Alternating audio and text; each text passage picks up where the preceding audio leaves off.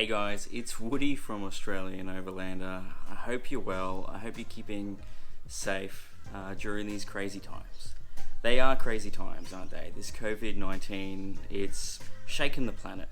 It's affected us all. Me personally, my work's been affected, and we're stuck at home. Here in Australia, even, recreational areas, national parks, camping sites, even fishing is banned. In a lot of instances.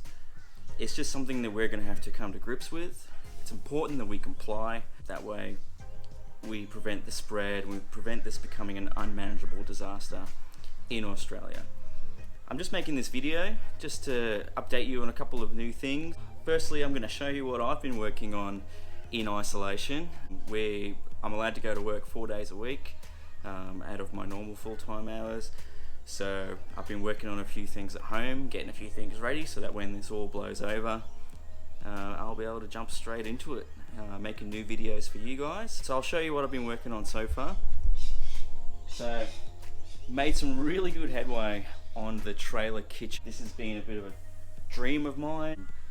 I started off with a plan, and then that plan changed probably 3 or 4 times before I even bought materials for it. So I'm just going to show you what I came up with. This is the first version built. This is probably not going to be perfect, but this is what I'm going to use, and what we're going to go with. We're going to see what works and what doesn't work, etc. So first things first, big prep surface. So when I cook, I spread out a bit. I love cooking, I love experimenting with food, so I wanted a big prep surface. I managed to get this cutting board online from the Bunnings website. It's a fairly big one. I used a collapsible wash basin. This is from BCF. The reason I used a collapsible one is because when it slides into its stowed location, it's only about that thick and it saves heaps of room. So you can probably see there that it's on slides. So that slides straight into the box, and you can see still plenty of room for a drawer underneath. I'll actually open that. These are all on push to open latches. So those slides come straight out like that. This is a bit of a pantry drawer, so that's where I'll keep my cooking utensils and maybe some spices and just some dry stuff. Making really good use of the spaces as I can. On top there is just a Gasmate 3-burner stove. It's just sitting there. We're not going to do any hardwired gas or anything like that, because then you need licensing done on it and that sort of thing, and compliance done. So we're just going to keep it all sort of portable and removable. With a gas line, so gas bottle will just sit next to it, and the stove just sits on there, and that can just close like that, and it all slides back into the trailer. There's lights all around it, so there's a light here on the front which shines into the drawer when you open it. There's a light here shining into the wash basin. There's a tap for it there, which is plumbed into the 65 litre water tank that's in the trailer. There's going to be a dedicated video about that. I got that from NMAC Industries, which are in North Queensland. They supplied me an awesome water tank for this trailer project, and so it just comes out there. There's an electric pump with a switch, and that's pretty much all there is to it on the kitchen slide. So I try to keep it as simple as possible. And what we've ended up with essentially is a kitchen box which just sits on a fridge slide. So this could be replicated. This could go in the back of a 4-wheel drive. This could be in any trailer. Or just got to have somewhere enough space to bolt a fridge slide, and it comes out parallel right next door to the Travelmate 50-litre fridge. I use this particular one in the Jeep as well. I got the Jeep over here. So same over there. This is the 50 TMX 50. Has an end opening lid. It's a bit skinnier and a bit taller, whereas the TMX 55 has a side opening lid. It's a bit fatter and a little bit shorter, which is perfect for the application here in the trailer. And I've been working on the internal side of things in the trailer, so been building like internal support structure for the false floor. The false floor is like a cargo deck, because as you've probably seen if you've been following along, the lid pivots up on gas struts, so you got space there for cargo above the kitchen.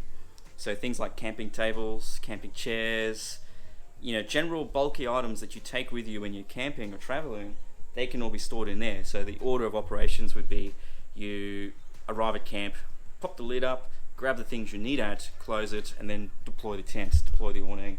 You can slide the kitchen out. The good thing about having the fridge and kitchen sliding out the back is if you were on the road and you were just pulling over to cook up a spot of lunch or whatever have you, you can do that. All you do is drop the tailgate and this whole thing just slides straight out the back.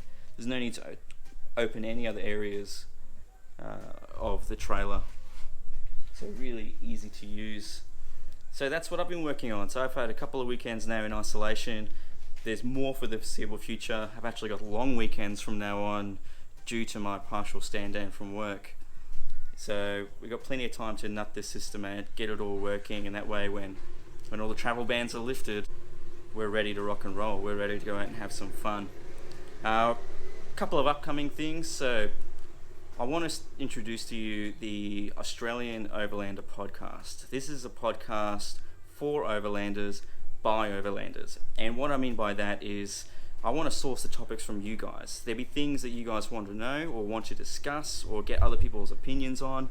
I want you to let me know. I want you to reach out to me on social medias, Facebook, Instagram, here on YouTube. I want you to let me know the things that you want to discuss in a podcast.